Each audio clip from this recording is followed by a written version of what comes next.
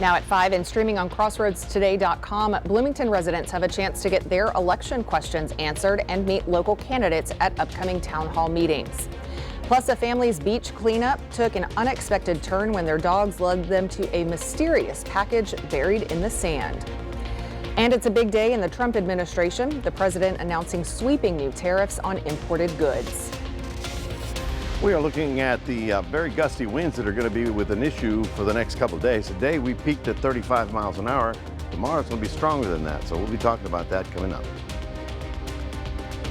And 30 years after Selena's passing, one Texas man is honoring the Tejano icon with a truly unique tattoo. You're watching 25 News now at 5. Good afternoon and thanks for being with us. I'm Shawna Currie. Community town hall meetings are happening in Bloomington ahead of Election Day. Voters can get the latest updates on the incorporation item on the ballot and ask questions. Mayoral and city council candidates will also be there to meet with residents. The meetings kick off at 7 p.m. every Thursday this month at the VFW Hall. And some important dates if you do plan to vote in the May 3rd election. You must be registered by April 3rd, which is tomorrow. Early voting runs April 22nd through April 29th. Mail-in ballot applications are due by April 22nd, and Election Day is May 3rd. A Victoria family cleaning up a beach came across quite a surprise. As 11-year-old Daniel Weinheimer walked his family's 2 German Shepherds along Padre Island National Seashore, the dogs led him to a suspicious package in the sand. Daniel picked it up to see a gator symbol and foreign writing on it, so he showed it to his aunt, who suspected it might be drugs. Soon after, a second package was found nearby, and it turned out to be bricks of cocaine. Adults alerted a Texas Parks and Wildlife game warden who confirmed the find and reported it to National Park Rangers and the U.S. Coast Guard. Officials say drugs sometimes wash ashore in the coastal bend, possibly from narcotics vessels in the Caribbean or the Yucatan regions. Daniel's mom says she's proud that he reported it right away, using the moment to teach him about safety and responsibility. Authorities remind beachgoers to report suspicious finds and avoid touching unknown objects. Now to severe weather slamming the middle of the country. Severe storms possible from Dallas to Detroit. Meteorologists are calling the rare combination of tornadoes and flooding a once-in-a-generation weather event. As ABC's Rena Roy reports, this is expected to last for several days.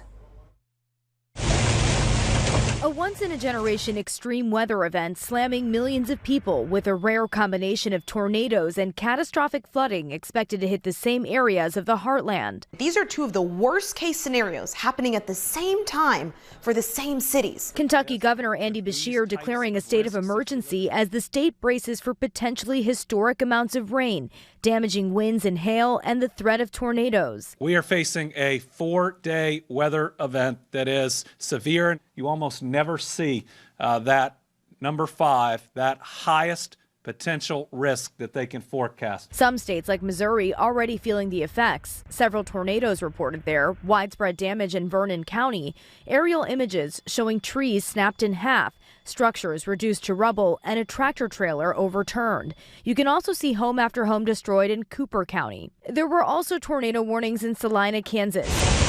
You can see lightning flashing through the sky amid strong storms. This photo appearing to show a funnel cloud forming. In Oklahoma, similar conditions with rain pummeling down. Hail larger than golf balls reported across the state. Literally, look at this. It ripped right through here. A reported tornado ripping through a suburb of Tulsa. The tops of homes ripped off and debris scattered. Overall, more than 32 million Americans are under a general flood watch until Sunday morning, including some major cities like Louisville, Cincinnati, and Detroit. Rena Roy, ABC News, New York. No tornadoes or storms here in the Crossroads, luckily, but you will need to hold on to your hat. So let's go to Mac Perez for a first look at our forecast. Mac. Well, that is for sure. Already our winds were up at 35 miles an hour this afternoon, and they only get stronger for the next couple of days. You know what he was saying about a 3-day storm. This storm system right here is actually kind of stalled, but that's where all the nasty weather is, right along the front of it. They've had tornadoes in Arkansas. They're going to have problems in Kentucky, Tennessee, all those areas of the storm. the frontal system doesn't actually make it to our area because it gets stuck there. We'll be talking about that and what it's going to mean to your weekend coming up in just a moment. The Texas Senate passes a bill requiring sheriffs in urban counties to cooperate with ICE to help identify undocumented immigrants accused of crimes. To read this full Texas Tribune article, visit crossroadstoday.com. Texas lawmakers are taking a closer look at lottery couriers, companies that buy and scan tickets for customers using smartphone apps. Supporters say they offer convenience, but critics argue they may be skirting state gambling laws. The Texas Lottery Commission recently banned key courier practices, prompting shutdowns and layoffs. A public hearing this week will weigh new regulations while lawmakers debate whether couriers should be licensed or outlawed altogether. The crackdown follows an $83.5 million jackpot win that raised legal concerns. For now, the future of lottery couriers in Texas remains uncertain. This brings us to our viewer poll today. How likely would you be to play the lottery if you could buy tickets online? Very likely, somewhat likely, neutral, unlikely, or very unlikely. We want to hear from you. Visit crossroadstoday.com/vote to take part. And right now, all of our votes are averaging around unlikely to buy tickets if they were available online. So continue letting us know what you think, and we'll have the latest numbers on 25 News Now at 6. President Trump today announcing a new round of tariffs in what he has dubbed Liberation Day. The president vows this will boost American manufacturing and punish companies that use foreign-made products. The administration acknowledges there will be an adjustment period, and the consensus from economists is prices will go up. ABC's Christiane Cordero has the latest. It's an announcement the administration and economy has been anticipating for months. My fellow Americans, this is Liberation Day, the day America's destiny was reclaimed, and the day that we began to make America wealthy again.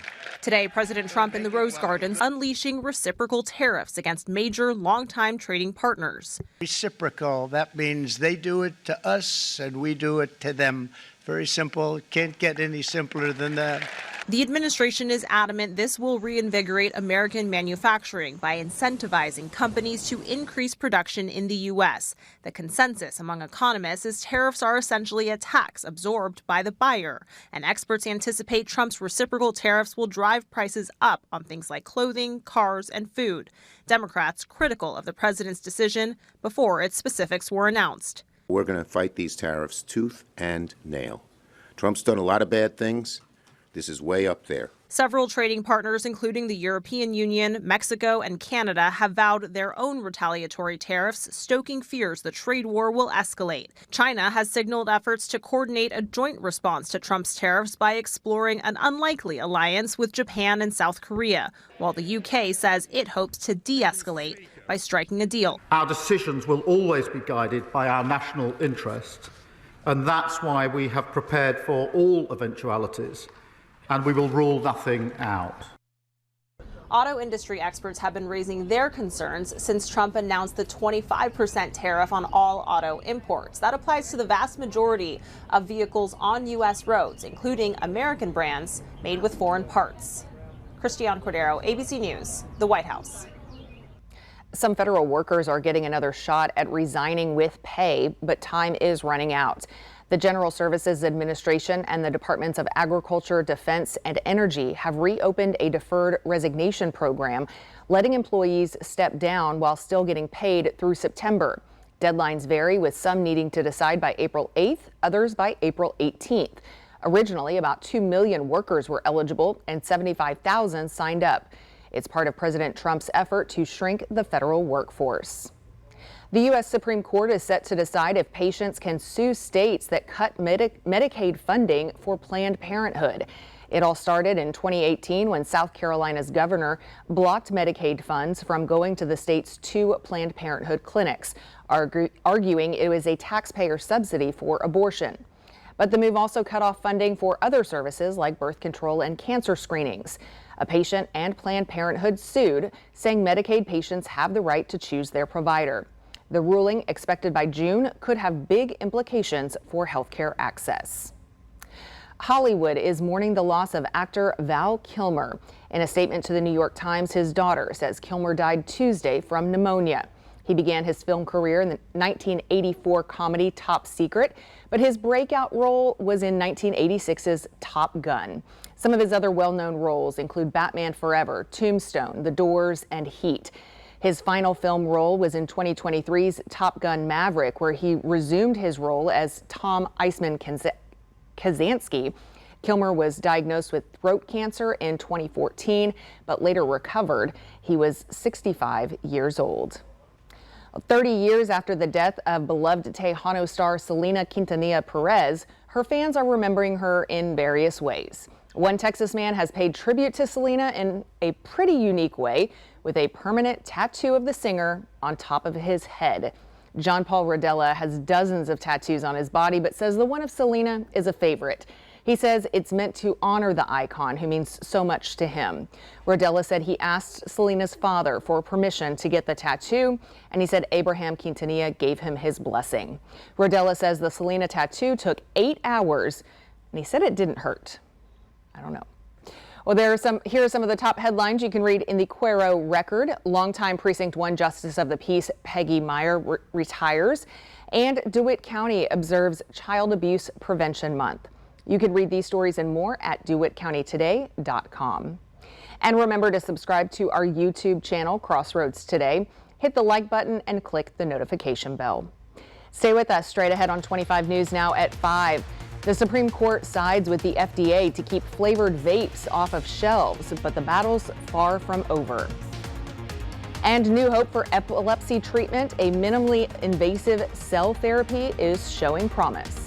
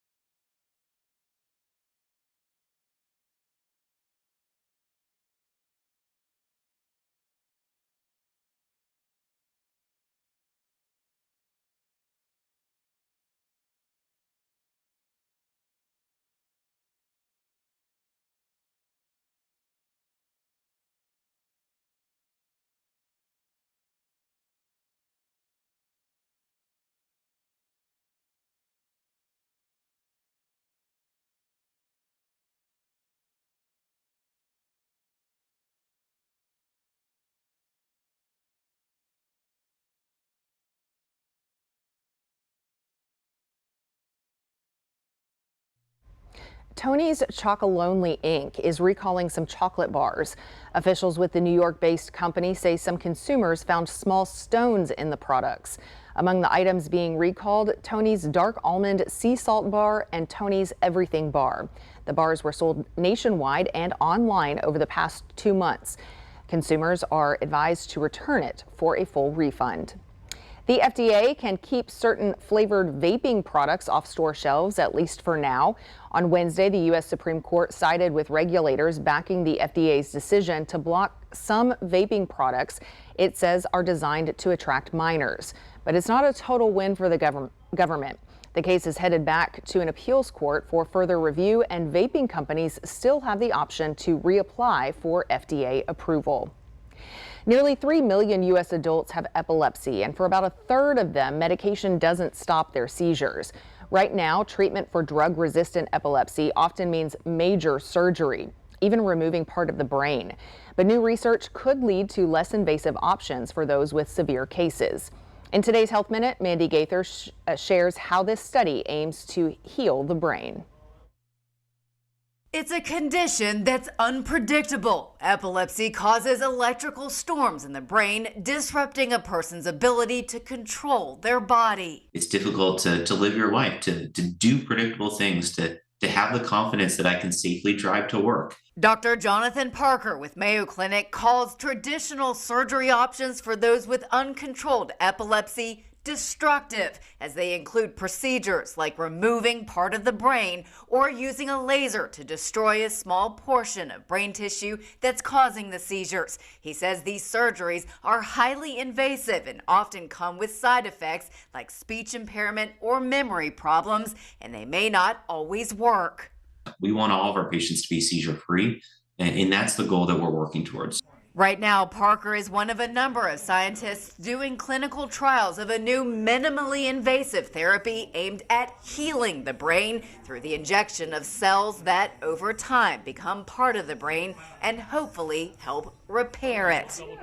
What cell-based therapies are trying to do is restore that normal balance between things that are exciting the brain and things that are inhibiting the brain, and normalize that balance so it's less likely for a seizure to occur. It's still early in the clinical trials, and the research is now focused on safety and efficacy of this therapy, but Parker says it's already providing some hope. If this one goes through and it's positive and it helps patients, I think it opens up things for the future for these other disease processes too. For Health Minute, I'm Mandy Gaither. The Mayo Clinic in Florida is also running a clinical trial for patients with severe epilepsy. Researchers are combining deep brain stimulation with special stem cell implants, hoping to improve how the nervous system sends signals to and from the brain. It's all part of a technique called neuromodulation, which could lead to better treatment options. A new study may have uncovered how exposure to certain chemicals during pregnancy affects a newborn's brain development. Phthalates are synthetic chemicals found in everyday items like food packaging, personal care products, and toys. Researchers examined how a mother's exposure to these chemicals impacts a baby's neurological development and found that it can alter key metabolic processes in the brain. The study was published Wednesday in Nature Communications. Here are some of the top headlines that you can read in the Port Lavaca Wave. Calhoun County Commissioners appoint Teresa Garcia as interim county clerk. And Memorial Medical Center reports a financial loss for February and prepares for measles. You can read these stories and more at portlavacawave.com. Good afternoon, everybody. We're looking at 86 degrees right about now. The winds are picking up, just like we expected. During the afternoon hours, between maybe lunchtime and sundown, you're going to be looking at very strong winds. We're only at 18 miles an hour sustained, but we had a gust of 35 just a couple hours ago. Our high is the current temperature because obviously the cloud deck sort of hung around all day long. The overnight low was 74. We're supposed to be a little cooler than that, but it's going to be warm and windy all the way through the weekend. But on the other side of that, actual cooling weather coming in our way. We'll talk about that after this.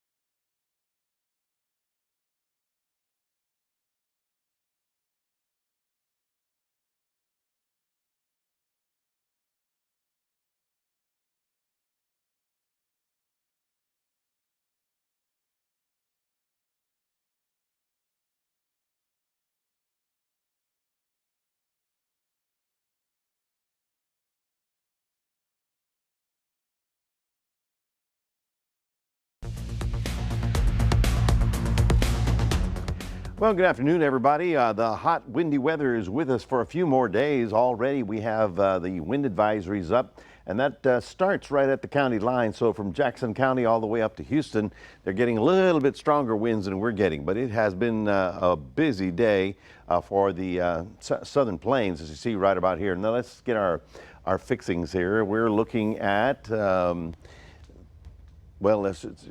Rock, Arkansas, right there. All right. You can see this monstrous line of storms that's rolling through that area. They've already had about 4 or 5 tornadoes that struck earlier today, and obviously they're going to be under the gun for quite a few days, at least 3 more, because the system is kind of stalled. Now we'll take another look at it. You can see how all of our winds are flowing directly into that area of low pressure, and that's why it's been so busy. There's the front that's associated with it, and that's triggering one of the triggering mechanisms for all that stormy weather. Now behind it, drier air, but the interesting part is that out of the Rockies, and you can see it right about there, there's a cold pocket of air that's going to be, well, let me put it this way. You see the difference here? This is kind of a cotton candy look. This is cold, unstable air, so they're getting snow and light rain showers in this area. It's all flowing in behind this front. Well, the front and the low are going to be stalled. That's why they're concerned with all the significant weather going to be occurring there. There's Dallas. You can see that's today and exactly where it fell, right outside of Memphis. And then tomorrow, this map will show you what we're expecting, pretty much the same area. So Dallas to Memphis, all across Arkansas. And then as we go forward one more day, you can see how day 3 is still over Arkansas. So the mid-Mississippi Valley is going to be under the gun right on through the weekend. We're going to watch and wait to see all that cold air roll out of the Rockies and see how that's eventually going to affect us. You can see it here on the 5-day map. 90 tomorrow, 86, then 82, and then boom, it drops down to 65 on Sunday when that cool front passes through, and only 74 on Monday. That sounds a whole lot nicer than the 90-degree stuff that we're looking at right now. So again, tomorrow being Thursday, we've got the stormy weather in the northeast corner of the state. We're okay. I don't expect any rain here. We're going into Friday. You can see the northeast corner of the state still getting it. We're just a little bit too far south for that. Then the interesting thing, Saturday, here's the big stuff in Arkansas. Here's Dallas. And then you can see how we get the cooling air behind the front. But while we're, basking in 68-degree temperatures, it looks like it's going to be snowing in Amarillo in April. Who would have thunk? All right, so here's your forecast. Looking partly cloudy to mostly cloudy and quite breezy throughout the day tomorrow with a high of 85 in Port Lavaca. Cuero, you're looking for a high of 88, so warm and windy there as well. And as you can see, we're going to be on the hot, dry side of things, or hot, humid part of things for Thursday, Friday. Chance of rain on Saturday when the front comes through, and then the temperatures drop. We're looking at 65 on Sunday and 74 on Monday.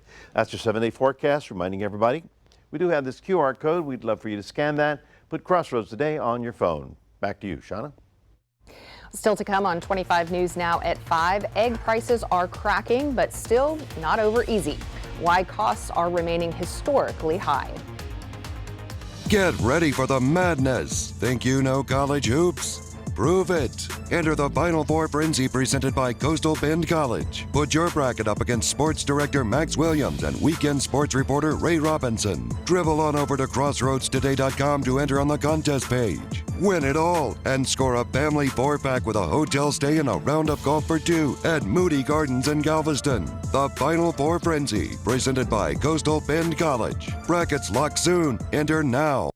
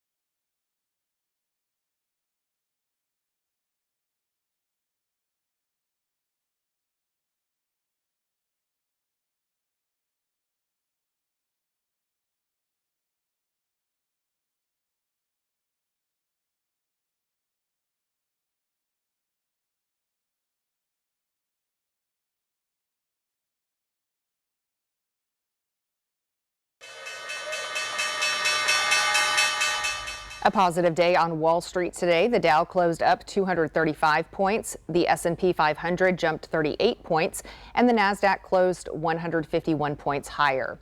Oil is up 51 cents to $71.71 per barrel. Tesla sales plunged 13% in the first quarter of the year. Tesla reported it delivered 50,000 less vehicles in the quarter compared to the first 3 months of last year. That's the biggest decline in the company's history. Backlash against Tesla CEO Elon Musk and growing competition in the EV market have taken a large bite out of demand for Teslas. Private sector job growth bounced back in March after a slow February. Payroll firm ADP says companies added about 155,000 jobs, more than expected and nearly double February's numbers. While ADP's data doesn't always match the official jobs report, it's often seen as a hiring trend indicator. The official March jobs report drops Friday, with officials watching for any signs of a weakening labor market amid federal job cuts, tariffs, and immigration policies. Egg prices are finally giving shoppers a little bit of relief. The Agriculture Department says wholesale prices dropped to $3 a dozen, down 9% from last week. The American Farm Bureau credits fewer bird flu cases and lower consumer demand, which has helped stores restock. But even with this dip, egg prices are still historically high, nearly 59% more expensive than this time last year, according to the Consumer Price Index. Nintendo has unveiled the Switch 2. The original hybrid console, released 8 years ago, was a huge hit, and now Nintendo has to prove it can follow up with another blockbuster. The Switch 2 will launch on June 5th for $450, which is a bit higher than the first model's $300 price tag.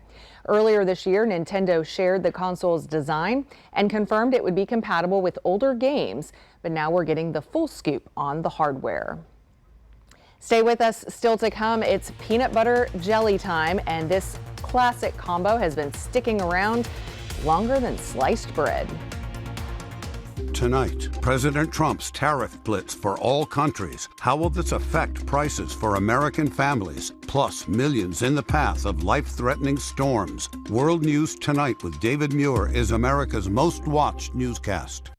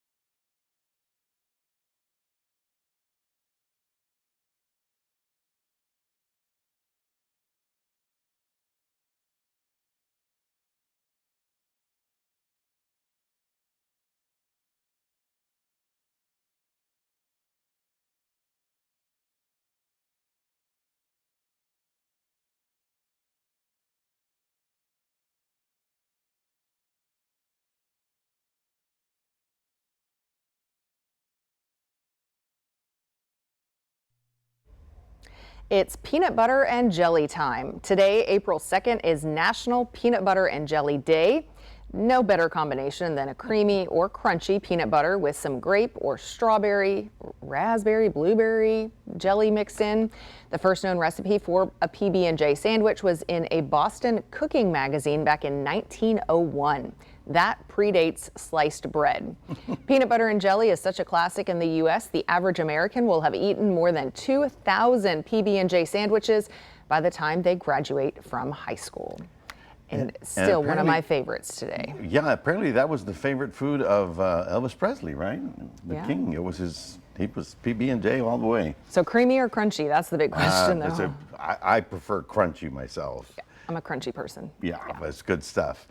All right, folks, the wind is still the problem. It was rather breezy this afternoon. It'll be with us Thursday and Friday, so hot, windy, and humid. If you're trying to flat out outside, hold on, because it may take you all the way to Cuero or something. The rain chance is slight, but it's here on Saturday, and then cooler weather coming in on Sunday. It might be chilly, so we're going from 90 today and to 65 as a high in 3 days. Go figure. Yeah, we're still all over the place. All over the place. But we'll soak in that cooler weather while we can, because we know it's going to be hot again. Probably really the last fast. time. Yes. So, all right. Well, thank you for joining us. Our next newscast is in 30 minutes at 6 o'clock, right after World News Now with David Muir. We'll see you then.